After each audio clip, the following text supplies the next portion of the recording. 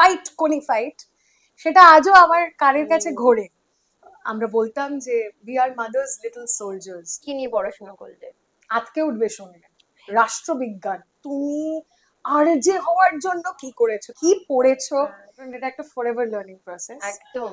যারা বলে শুধু কথা বলতে হবে, ওটা শুধু কথা বলা নয়, সেখানে একটা সফটওয়্যারও শিখতে হয়, সেখানে তোমাকে নানান ধরনের গান শুনতে হবে এবং সারাক্ষণ শুনতে হবে। আমার হাতে খড়ি হয়েছে গ্রেভিয়ার্ড শিফট।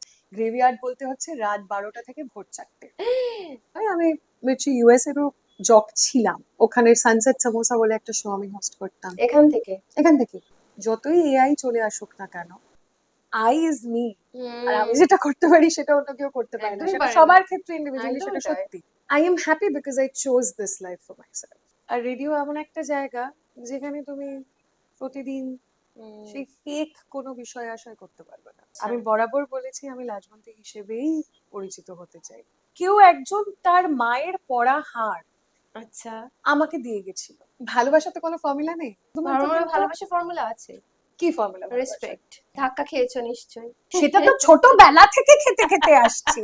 একটা টেক্সট শুনলাম যে looking good in sari. Artist তো আফটার আ পয়েন্ট চলে যাবে, কিন্তু তোমার করা কাজগুলো তো থেকে যাচ্ছে। তবে যেটা সব থেকে বেশি মেমোরেবল হয়ে থাকবে আমার কাছে, সেটা হচ্ছে শাহরুখ খানের ইন্টারভিউ।